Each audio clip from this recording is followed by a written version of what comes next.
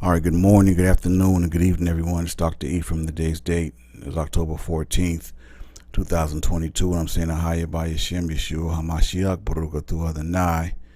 And if you listen to the sound of my voice, you are blessed to see another day. And for that, all praise, honor, and glory is due to the Most High God of Israel, for now and forever.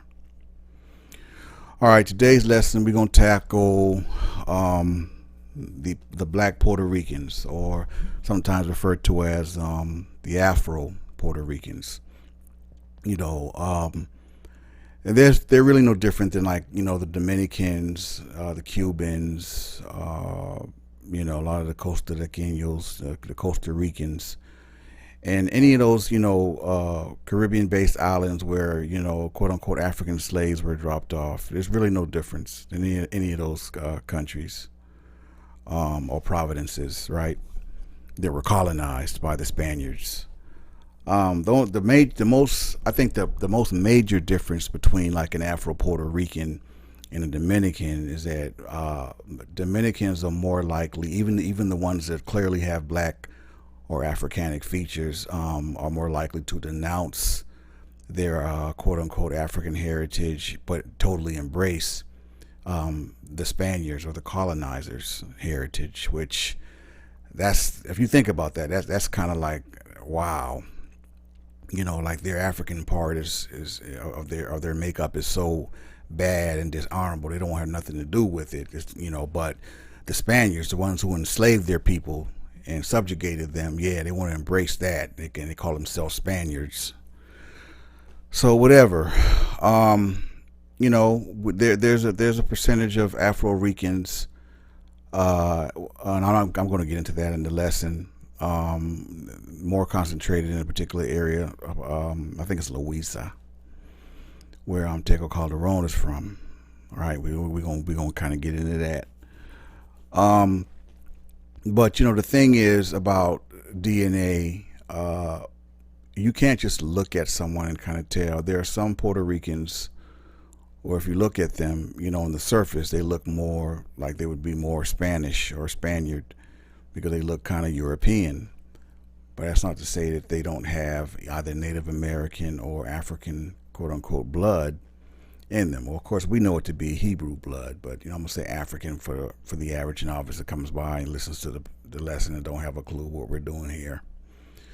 So you can't just go by looks, the only real way to tell, because not all Puerto Ricans have black blood. I've said that for years, and it's true. But the only way a Puerto Rican will know for sure, not going by necessarily how they look, but they have to get a DNA test to see the genetic breakdown of what their ancestry says, right? Like if you look at Tego Calderon, clearly he's like a straight up brother, man, from the hood. Got the afro and everything. You can't, you ain't no mistaking him. And he represent, for his heritage, but he's Boricua, he's Puerto Rican, right? And then you look at somebody like Jennifer Lopez. She got a little more flavor to her. She look a little more European, but she got some. If you look at her, she look kind of Native American-y. You wouldn't think she would have too much African blood, but she just may. You just don't know the percentage or how much. So we're going to kind of get into not just the genetic part as far as the DNA. Most of your majority, if not all of you, Afro-Puerto Ricans possess the E1B1A, specifically the E1B1A which says that they are from the tribe of Ephraim. Now, if you know anything about the story about the tribe of Ephraim, you know that they're mostly Yorubas, and the part of the Puerto Rico's history is most of the slaves that were imported there were from Yoruba. So the interesting thing is that that incorrect 12 tribe charts show the Puerto Ricans as being tribe of Ephraim, and that's actually pretty true. What's misleading though is to make all Puerto Ricans think that they're from the tribe of Ephraim. That's where it gets tricky and iffy. So you have to have the haplotype of E1B1A to be considered from the loins of Jacob, as most Afro Puerto Ricans do, right? So the ones who don't have any black blood, they're not basically Hebrew blood, African blood. They're not Ephraim.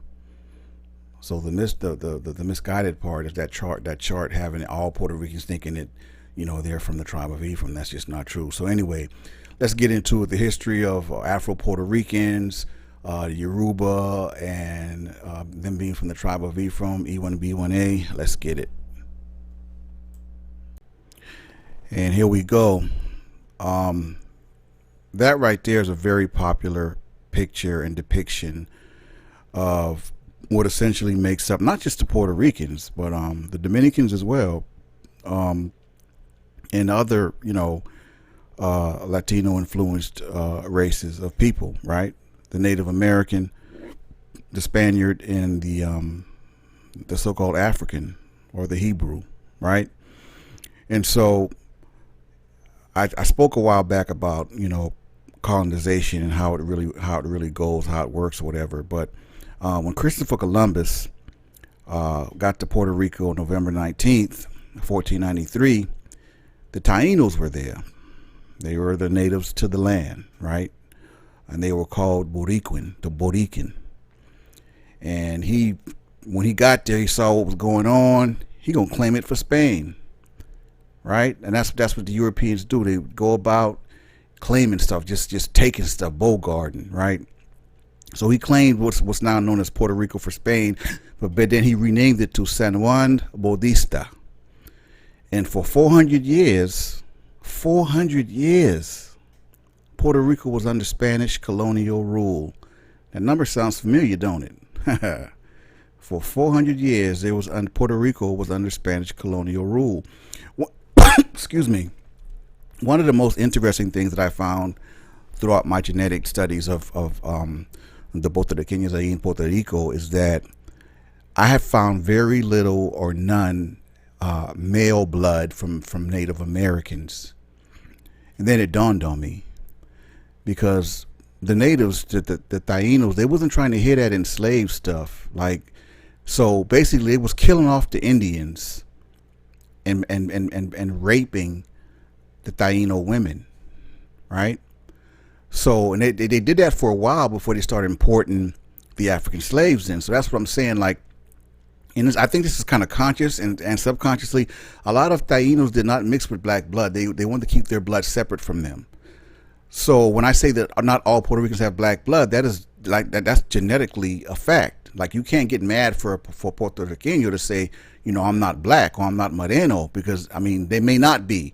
But I don't know if they're saying that just for the fact that they don't want to claim it, or they genetically know that there's no black blood inside them, right? So I don't know, but you can't. Some people try to run them down. Oh, all Puerto Ricans are black, this and that. No, that's not true. All Puerto Ricans do not have black blood. Not all of them. That's just not factual.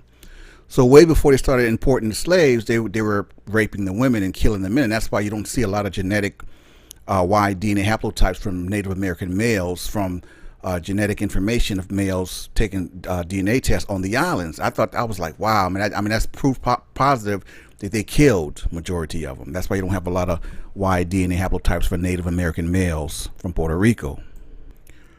So they're killing off the Native American males, raping the women, right? That was their MO. And so, and then in the spirit of saving time, they started importing the African slaves, quote unquote Hebrew slaves, right? And what happened was Christopher Columbus, he left, right? And so he left for a while, exact time unknown, you know, but he left.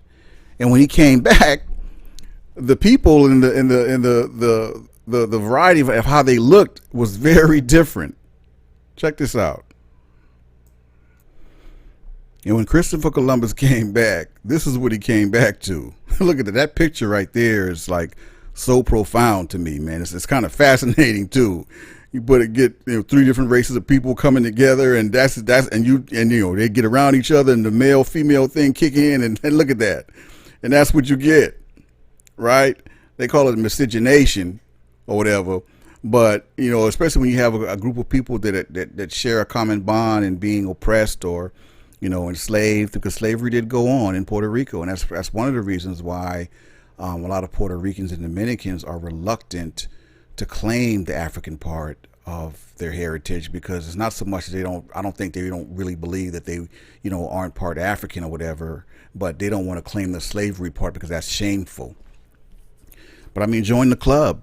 I mean, African Americans ain't no different, right? So-called African Americans. I mean, our ancestors was enslaved. I mean, it's not nothing to be proud of. But I mean, how you gonna disrespect your own heritage? I mean, whatever is in you is in you. And then it's just a little thing I put together about this is Puerto Rico after the Hebrew slaves. E1B1A got there. I put this together. And a little joke right there in the left-hand corner says the only difference between a Dominican, a Puerto Rican, a Jamaican, a Haitian, Cuban, Bahamian, and an African American is a boat stop, which is essentially true. Okay, because we are all descendants from the so-called African slaves that were brought into these different islands and provinces and all over the Caribbean by way of the transatlantic slave trade. That is an historical fact. Some people try to denounce that and denounce that too or whatever, but it happened. Go to slavevoyages.org. Okay, they have our Hebrew names on those slave ships that carry the slaves. Okay, and what did the Most High say? If they who are called by my name, and they're there or slave, because they looked at slaves as cargo, and a lot of those slaves had names, and they straight up had Hebrew names. Man, go to slavevoyages.org. It's right there. All right, moving right along. And just to kind of, continue to set the tone moving forward in this presentation, I think I asked, the question I asked in one of the search engines is that where in Africa did most of the slaves come from that were imported to Puerto Rico in some kind of way? And then it said right here, the answer that came back said the large majority were Yoruba and Igbo. So that tells me that even though a lot of them came from Yoruba, there was some from Igbo mixed in there too. So not only do you have E1B1A 7A, you're going to have E1B1A 8A, because I think 8A is 8A is Judah, I believe, or A8 is Judah. But either way, it says ethnic groups from Nigeria and Bantu from the Guinea, and the number of slaves in Puerto Rico rose from 1,500 in 1530 to 15,000. Wow, wow. 15,000 by 1555. So there's a high probability of a lot of Puerto Ricans having some degree of African blood, but to assume that every single Puerto Rican has black blood is not accurate. But we ain't too far from it. Let's look at the kind of what they're saying as far as the numbers. Okay, I don't know how old this meme is, and I'm not even sure if they take census in Puerto Rico like they do here in America, but at least by this particular meme, it says that Afro-Puerto Ricans make up approximately 700 to over 2 million in Puerto Rico, which, I mean, that's a significant number, but I would think there would be much more than that, though. Like I said, I'm not sure how old this is. Of course, your name is Afro-Puerto Rican, an Afro-Borican. Oh, I can't even pronounce that. Boriqueño. I've never even heard that, actually. Of course, the language is Spanish, because that's what Spaniards spoke. They were European. Region highest population of Afro-Puerto Ricans or Black Puerto Ricans are in Loíza, which is where Tego Calderon is from. And their religion, Catholicism, obviously. So that's the estimate of Black Puerto Ricans that make up the Afro-Ricans on the island. Okay, now that I have that established, let me back up just a little bit and talk about the children of Ephraim, or as they're sometimes called, the B'nai Ephraim. And it says the current Yoruba Jewish population, and just keep in mind, of note, a lot of Yorubas don't claim Jewishness at all, or being an Israelite at all. They don't, unlike a lot of the Igbos, they don't. But the current Yoruba Jewish population, who claim to come from the Israeli tribe of Ephraim, was said to have been driven to Yoruba land from Morocco by Muslims and eventually mingled with Yoruba people. These black Jews in southern Nigeria are called the Imo-Yokaim, or strange people, by the native Africans. But these black Jews call themselves B'nai Ephraim, or the sons of Ephraim, or the children of Ephraim. These Jews who claim that their ancestors came from Morocco are supported by their language, which appears to be a mixture of Maghribi Arabic and local Negro speech. Thus, Abu has become Yaba from the Hebrew word Abba, and or mother, is M from the Hebrew Amma. Nevertheless, most of their language is similar to the Yorubas around them. These Yoruba, sons of Ephraim, observe certain Jewish customs, among which are the great holy days, naming of children on the 8th day, etc. In almost every way, these black Jews are like the Yorubas and are hardly distinguishable from them, except for some outstanding Hebrew observances. Yeah, just a little bit, right? So this Imo-Yokaim, or strange people, who introduced themselves as the children of Ephraim, or the sons of Ephraim, depending on the translation, they were the ones that mixed in with the native Yorubans, right? And the ones that were the African, quote-unquote, African slaves that were imported or exported to the Puerto Rican island, or what we now know as Puerto Rico.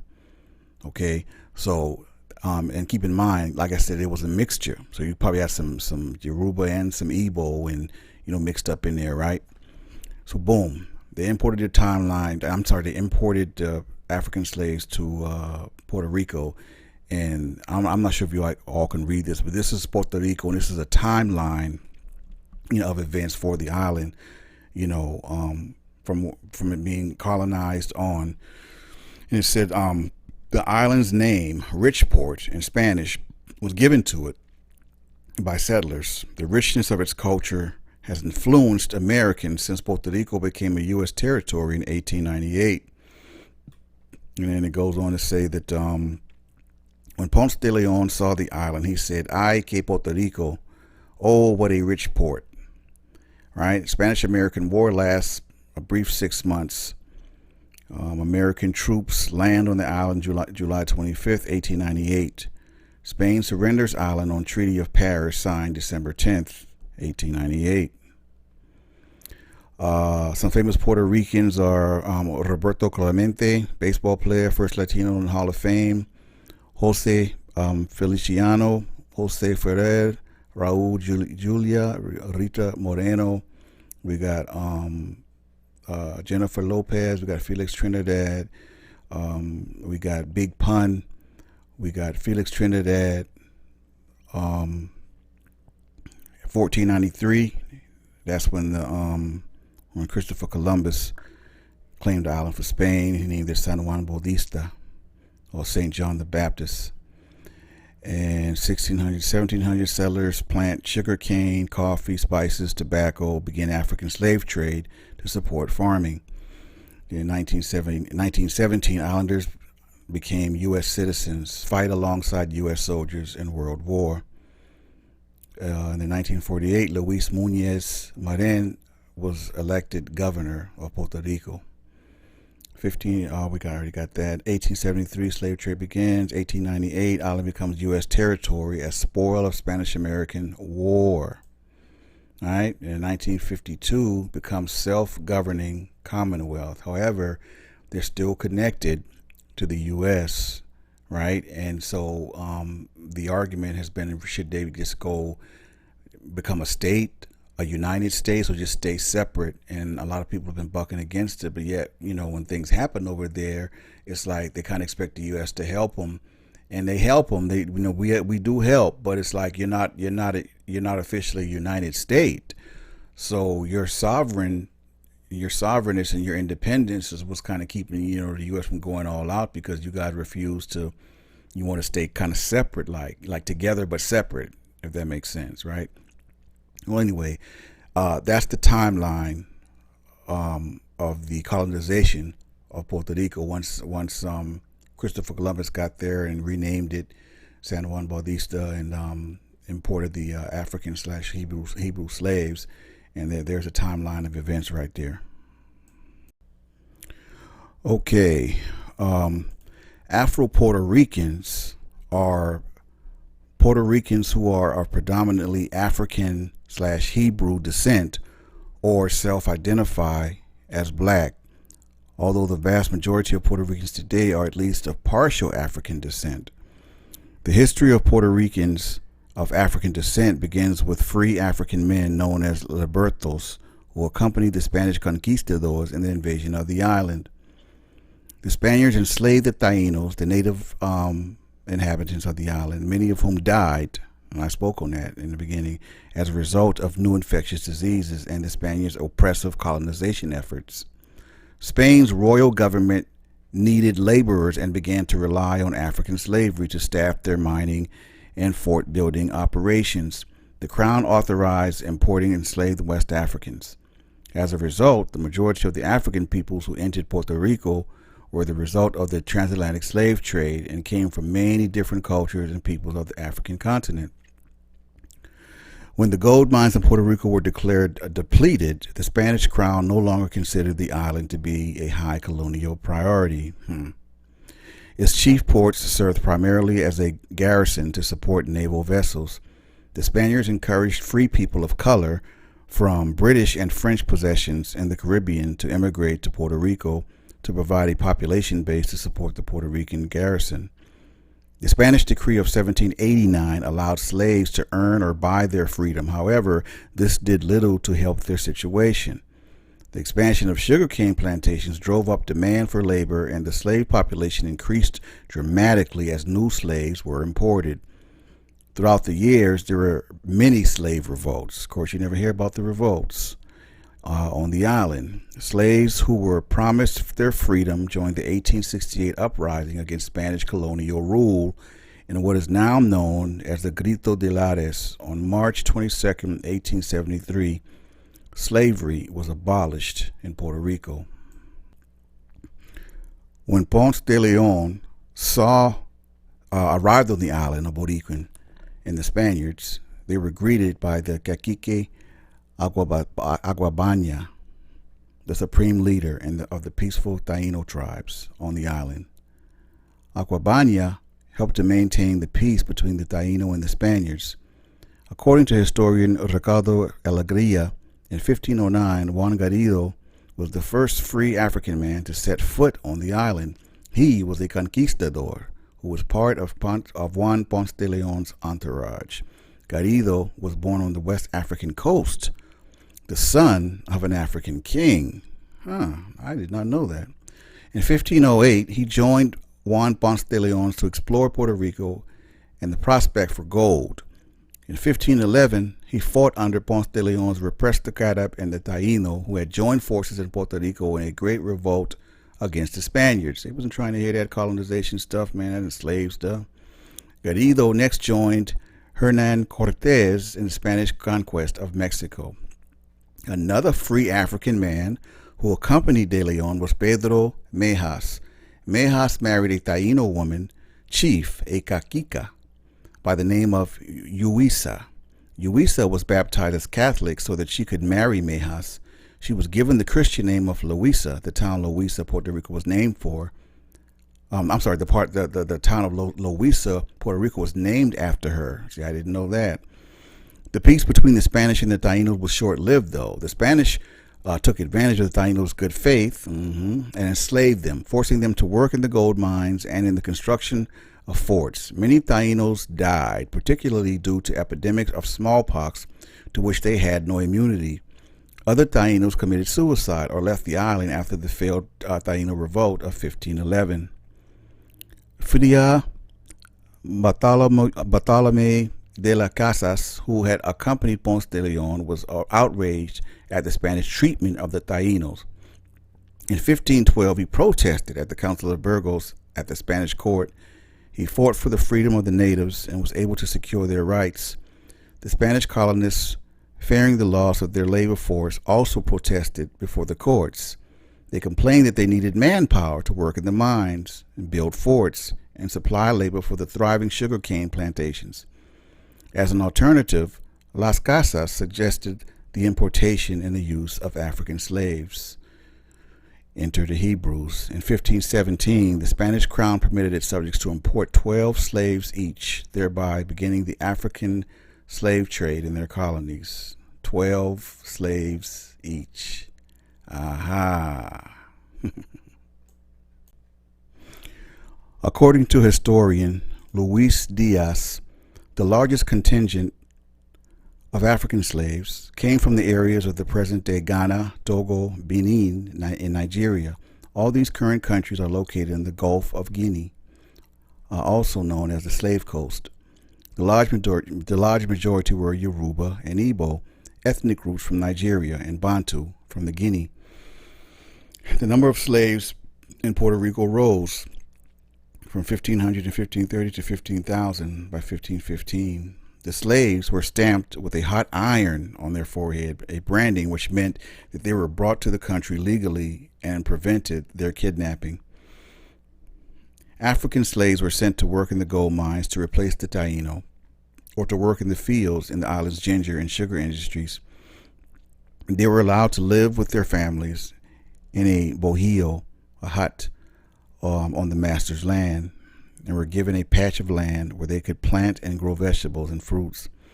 Africans had little or no opportunity or advancement and faced discrimination from the Spaniards.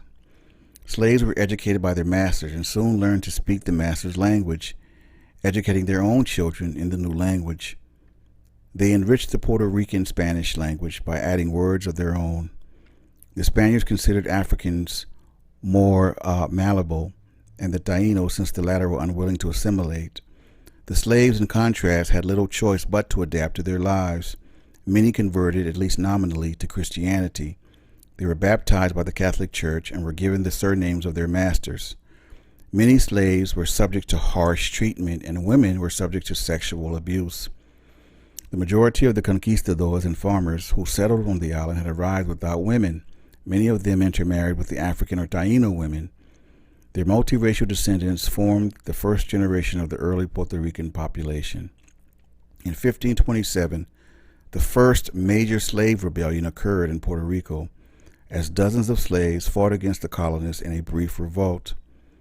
The few slaves who escaped retreated to the mountains, where they resided as Maroons with surviving Tainos. During the following centuries, by 1873, slaves had carried out more than 20 revolts.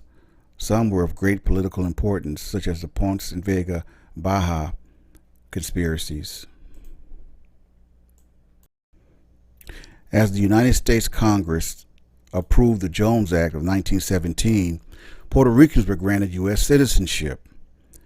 As citizens, Puerto Ricans were eligible for the military draft, and many were drafted into the armed forces of the United States during World War I.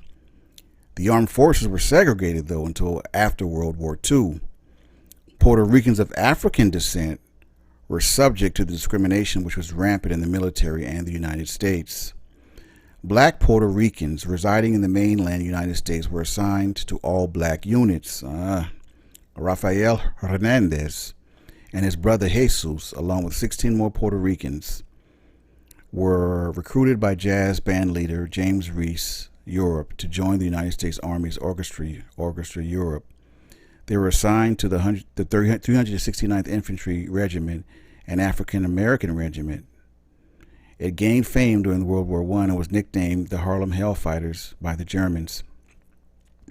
The United States also segregated military units in Puerto Rico. Pedro Albizu Campos, who later became the leader of the Puerto Rican Nationalist Party, held the rank of lieutenant.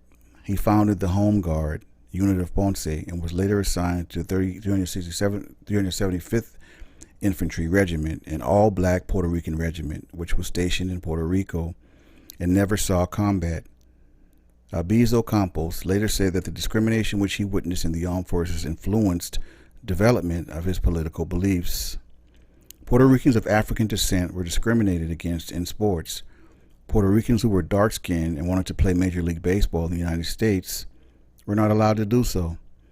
In 1892, organized baseball had codified a color line, barring African American players and any player who was dark-skinned. Just like Ice Cube said, man, our skin is our sin, right?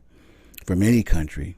So if you had dark skin, it doesn't matter what country you come from, Puerto Rico, Dominican, whatever. Nah, they wasn't trying to hear. They lumped you in with the so-called African Americans. It was no different. I should tell y'all something. Ethnic Afro-Puerto Ricans continued to play baseball in 1928. Emilio Malicio Navarro traveled to New York City and became the first Puerto Rican to play baseball in the Negro Leagues when he joined the Cuban Stars. He was later followed by others such as Francisco Colombre, who also played for the Cuban Stars. The persistence of these men paved the way for the likes of Baseball Hall of Famers Roberto Clemente and Orlando Cepeda, who played major leagues after the color line was broken by Jackie Robinson of the Brooklyn Dodgers in 1947. They were inducted into the Baseball Hall of Fame for their achievements. Cepeda's father, Pedro Cepeda, was denied a shot at the major leagues because of the color of Pedro Cepeda's skin. He was a dominant hitter professional baseball league of Puerto Rico after its founding in 1938. He refused to play in the Negro Leagues due to his abhorrence of racism endemic to the segregated United States. I mean, like, seriously, could you blame him? No, I couldn't. Critics of discrimination say that a majority of Puerto Ricans are racially mixed, but they do not feel the need to identify as such, unlike Dominicans, for example. They argue that Puerto Ricans tend to assume that they are of Black, African, American, Indian, and European ancestry and only identify themselves as quote-unquote mixed only if they have parents who appear to be distinctly different races. Puerto Rico underwent a whitening process while under U.S. rule. There was a dramatic change to the numbers of people who were classified as Black and white Puerto Ricans in the 1920 census. Also, they did take a census in Puerto Rico. They do take censuses there. Okay.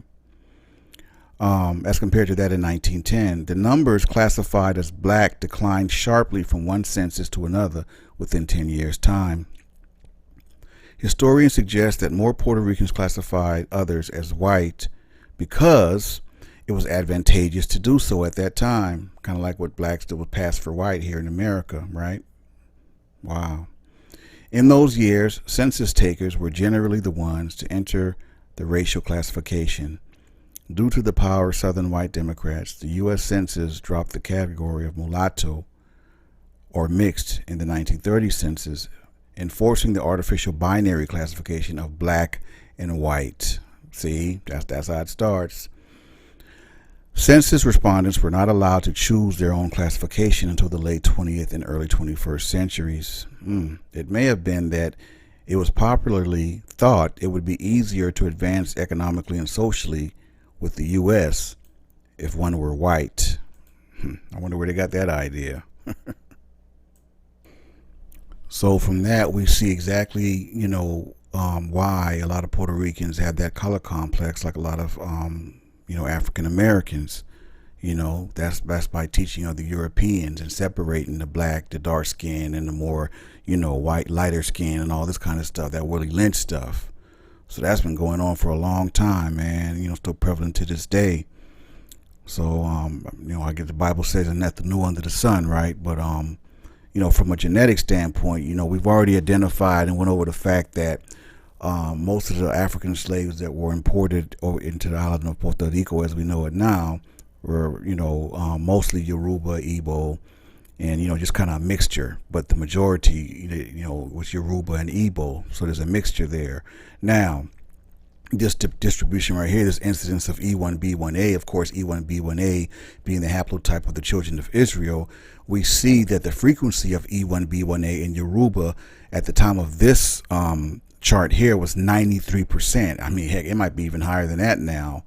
But what that tells us, from a data analysis standpoint, is that in lay terms, there are a whole bunch of Hebrew Israelites in Yoruba. All right. So the E1B1A 7A or the EP252, which is also known as now, I don't think we're going to see the E1B1A anymore in any of these genetic, DNA tests anymore. Because my in my 3-hour presentation 7 years ago, it made them change it up. They're not gonna. I don't think we'll ever see that again. And I mean, I ain't trying to be, telling the future, or whatever, but I knew that was going to happen. So we know by that, this is just a small sample size. This is not all the so-called Hamitic African tribes that possess, and the percentage of what the E1B1A is in their tribe. The Bamileke is like pretty much, man, almost 100%. So listen, that tells me, like, I mean, are there any Hamites in that tribe? I mean, wow, the Ewe is pretty high too, and the Ja, they're pretty high. Also the Tutsi, they're not on here, but the Tutsi is pretty high too, and the Igbo obviously. Igbo is but let me say this: Igbo is probably the biggest mixture of Ham versus Shem, because there are a lot of Hamitic Igbos, and that's what started the Hamitic Igbos were warned against the Hebrew Israelite Igbos, and that's where they went through that whole Biafra tragedy, right? I covered that. I did a lesson on that. Google it if you have a chance. But nah, that's I'm gonna get ready to end this lesson. The Puerto Ricans, the Afro-Puerto Ricans that possess the E1B1A, E1B1A 7A, or whatever it is, they're the ones that are from the tribe of Ephraim. Right now, judging from the fact that there's some others mixed in there, I'm pretty, it wouldn't be uncommon to kind of come up on some E1B1A 8As or A8s, in Puerto Rico and some of these other provinces. But for the most part, the majority of Puerto Ricans that carry the E1B1A 7A EP252 Y-DNA haplotype are from the tribe of Ephraim. The ones who carry their Spaniards Y-DNA, they are not from the tribe of Ephraim. And of course, the only absolute way you would know that is via a DNA test, because you can't do it by just looking at them, right? So anyway, that's that. I'm gonna go ahead and end this lesson. I hope y'all enjoyed it. The history lesson. I try to be engaging as much as possible, but got to give the information. But if you're new to the channel, go ahead and subscribe, hit the notification bell, so you'll be notified every time I upload a new presentation or Thinking Out Loud segment or Real Talk Tuesday episode or something like that.